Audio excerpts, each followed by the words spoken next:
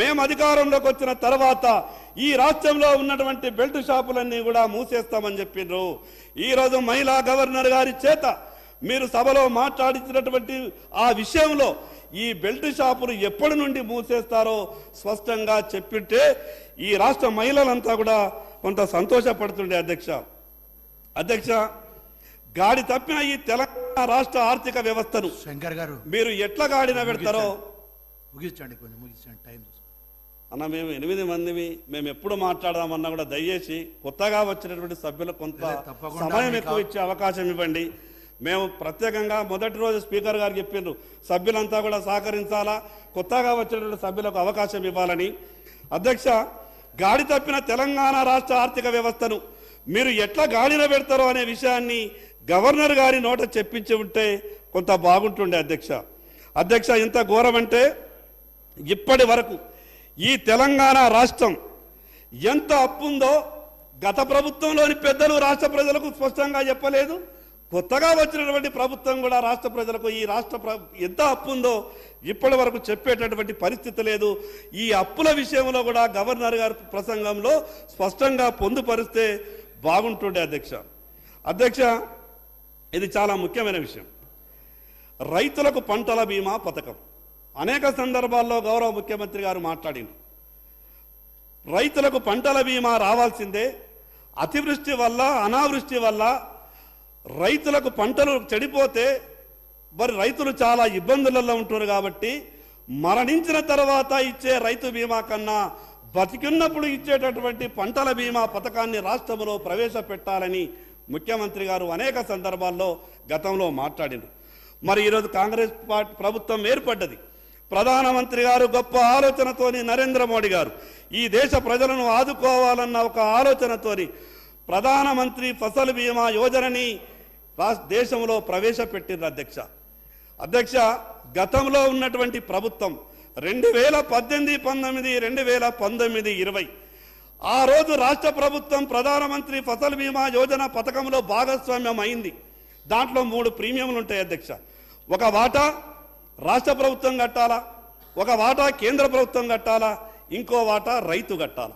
రైతు తన వాటా కట్టిండు, కేంద్ర ప్రభుత్వం తన వాటా కట్టింది.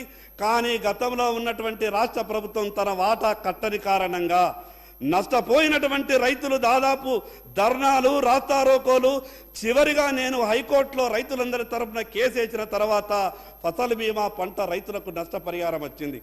మీ ద్వారా నేను ఈ ప్రభుత్వానికి విజ్ఞప్తి చేస్తున్నాను. ఈరోజు మరణించిన తర్వాత ఇచ్చేటటువంటి ఏదైతే రైతు బీమా ఉన్నదో అది ఉండాల్సిందే, సంతోషం. కానీ రైతు మరణించకుండా ఉండాలంటే ఈ రాష్ట్రంలో పంటల బీమా పథకం రావాల్సిందే.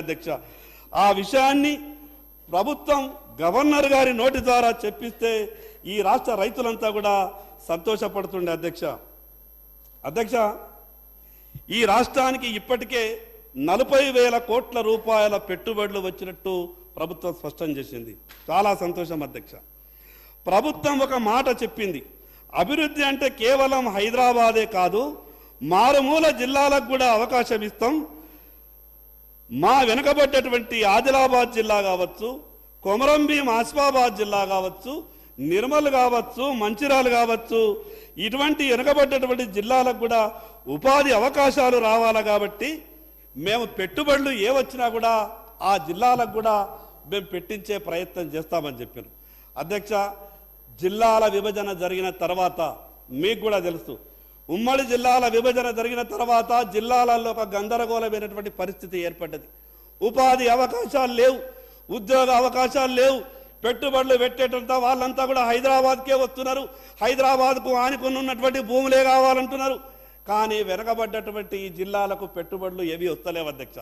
ఈ ప్రభుత్వం బాధ్యత వెనకబడ్డటువంటి జిల్లాలకు పెట్టుబడి పెట్టించే విధంగా, వెనకబడ్డటువంటి జిల్లాలో పెట్టుబడి పెట్టడానికి ఎవరైనా పారిశ్రామికవేత్తలు ముందుకొస్తే హైదరాబాద్లో ఇచ్చినటువంటి ఫెసిలిటీస్ కన్నా ఎక్కువ ఆ మారుమూల జిల్లాలో పెట్టుబడులు పెట్టేటటువంటి వాళ్ళకిస్తే కొంత మా దగ్గర ఉద్యోగ అవకాశాలు మెరుగుపడే అవకాశం ఉంటుంది. కాబట్టి ఆ రకమైనటువంటి ప్రస్తావన కూడా గవర్నర్ గారి ప్రసంగంలో చెప్తే బాగుంటుండే.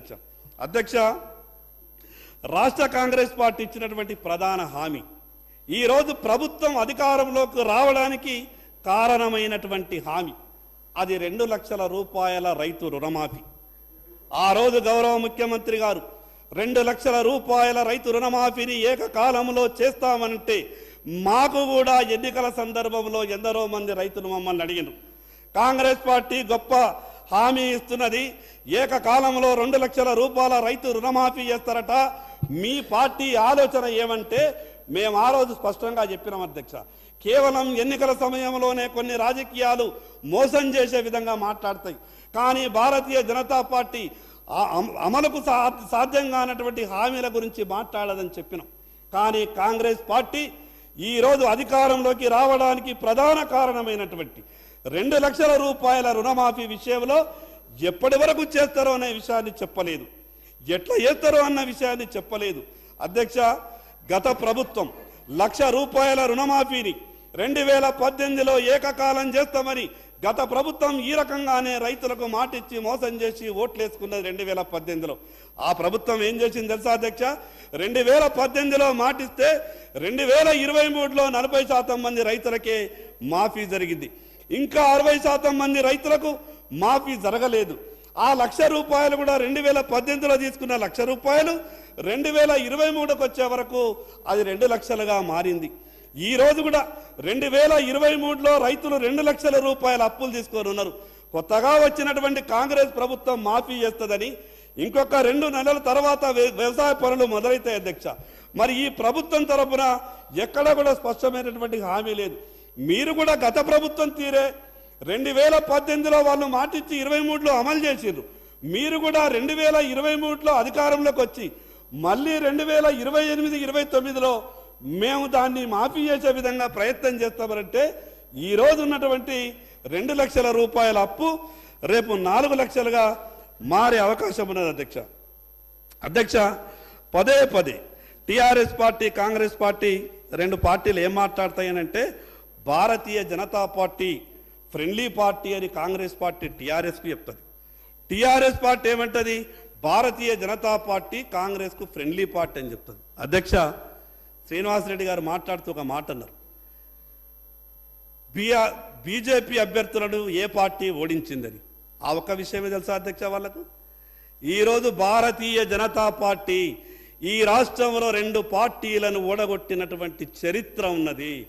ఈ 2 పార్టీలు కూడా మాకు సరి సమానమని, ఈ 2 పార్టీలు కూడా రాష్ట్ర ప్రయోజనాలు కాపాడడంలో వాళ్ళు ఫెయిల్యూర్ అవుతున్నారని ఈరోజు కాంగ్రెస్ పార్టీని ఓడగొట్టాం అధ్యక్ష కామారెడ్డిలో, టిఆర్ఎస్ పార్టీని ఓడగొట్టాం అధ్యక్ష కామారెడ్డిలో. ఈరోజు 2 పార్టీలను మేము ఓడగొట్టినాం.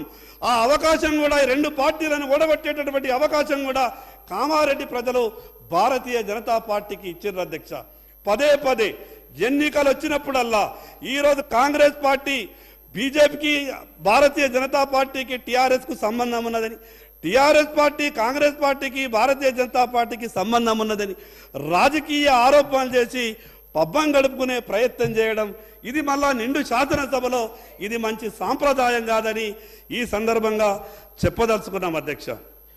అధ్యక్ష, కాంగ్రెస్ పార్టీ మేనిఫెస్టో గురించి చెప్పాలంటే బాగా పెద్దగా ఉంది అధ్యక్ష. మరి మాకు మీరు ఇచ్చినటువంటి సమయం కూడా సరిపోదు, నేను ఎక్కువ చెప్పొద్దు అనిపిస్తుంది, కానీ కొన్ని విషయాలన్నా సభ దృష్టికి తీసుకొస్తే ప్రభుత్వంలో ఉన్నటువంటి ప్రభుత్వ మనసు కూడా ఏమన్నా మారి తెలంగాణ ప్రజలకు ఏమన్నా మంచి జరుగుతుందన్న ఒక ఆలోచనతోనే మీ దృష్టికి తెచ్చే ప్రయత్నం చేస్తూ ఉన్నాం అధ్యక్ష. అధ్యక్ష, నేను గత సభలో ఒక విషయం అడిగిన, గత ప్రభుత్వం ఎస్సీ ఎస్టీలకు 100 యూనిట్లు ఫ్రీ అని చెప్పి 100